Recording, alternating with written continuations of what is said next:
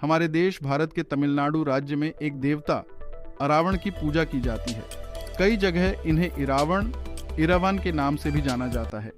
अरावण किन्नरों के देवता है, इसलिए दक्षिण भारत में किन्नरों को अरावणी कहा जाता है। किन्नरों और अरावण देवता के संबंध में सबसे अचरज वाली बात यह है कि किन्नर अपने आराध्य देव अरावण से साल में एक बार विवाह करते हैं। हालांकि यह विवाह मात्र एक दिन के लिए होता है। अगले दिन अरावण देवता की मौत के साथ ही उनका वैवाहिक जीवन खत्म हो जाता है। अब सवाल यह उठता है कि अरावण है कौन, किन्नर उनसे क्यों शादी रचाते हैं और यह शादी मात्र एक दिन के लिए ही क्यों होती है। इन सभी प्रश्नों का उत्तर जानने के लिए हमें महाभारत काल में जाना पड़ेगा। नमस्कारम, बने रहिए हमारे साथ और वीडियो को पूरा अंत तक देखिए। और हाँ, एक छोटी सी रिक्वेस्ट है आपसे, अगर आपने अभी तक हमारे चैनल को सब्सक्राइब नहीं किया है तो कर लीजिए और बेल आइकन को दबा दीजिए ताकि आपको सबसे पहले वीडियो का नोटिफिकेशन मिलता रहे। और ये वीडियो आपको कैसा लगा कमेंट करके जरूर बताएं और दोस्तों को शेयर करना न भूलें। महाभारत की कथा के अनुसार एक बार अर्जुन को द्रौपदी से शादी की एक शर्त के उल्लंघन के कारण इंद्रप्रस्थ से निष्कासित करके 1 साल की तीर्थ यात्रा पर भेजा जाता है।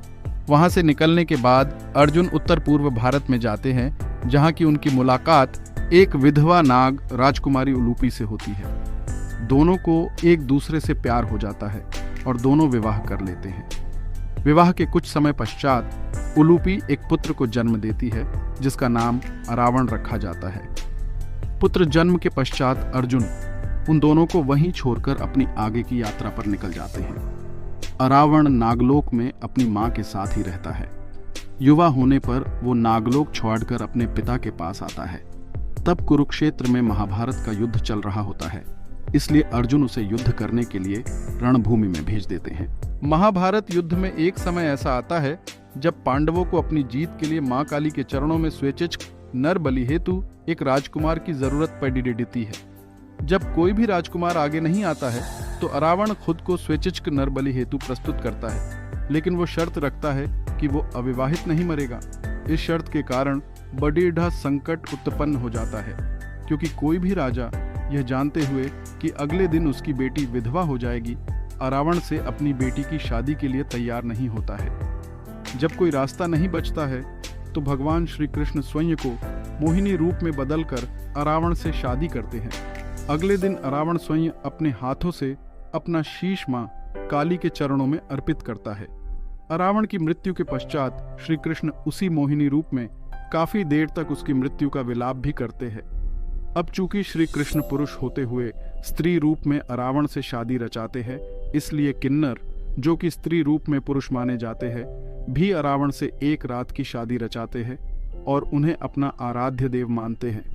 वैसे तो अब तमिलनाडु के कई हिस्सों में भगवान अरावण के मंदिर बन चुके हैं, पर इनका सबसे प्राचीन और मुख्य मंदिर विल्लुपुरम जिले के कूवगम गांव में है, जो कि कूथंदावार टेम्पल के नाम से जाना जाता है। इस मंदिर में भगवान अरावण के केवल शीश की पूजा की जाती है, ठीक वैसे ही जैसे कि राजस्थान के खाटू श्याम जी में वीर बर्बरीक के शीश की पूजा की जाती है। कूवगम गांव में हर साल तमिल नव वर्ष की पहली पूर्णिमा फुल मून को 18 दिनों तक चलने वाले उत्सव की शुरुआत होती है। इस उत्सव में पूरे भारतवर्ष और आसपास के देशों से किन्नर इकट्ठा होते हैं। पहले 16 दिन मधुर गीतों पर खूब नाच गाना होता है। किन्नर गोल घेरे बनाकर नाचते गाते हैं, बीच बीच में ताली बजाते हैं और हंसी खुशी शादी की तैयारी करते हैं। चारों तरफ घंटियों की आवाज, उत्साही लोगों की आवाजें गूंज रही होती हैं। चारों तरफ के वातावरण को कपूर और चमेली के फूलों की खुशबू महकती है।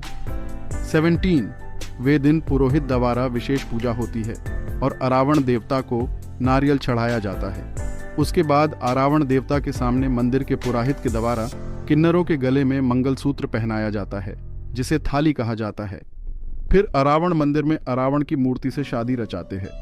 अंतिम दिन यानी 18वें दिन सारे कूवगम गांव में अरावण की प्रतिमा को घुमाया जाता है और फिर उसे तोड़ दिया जाता है।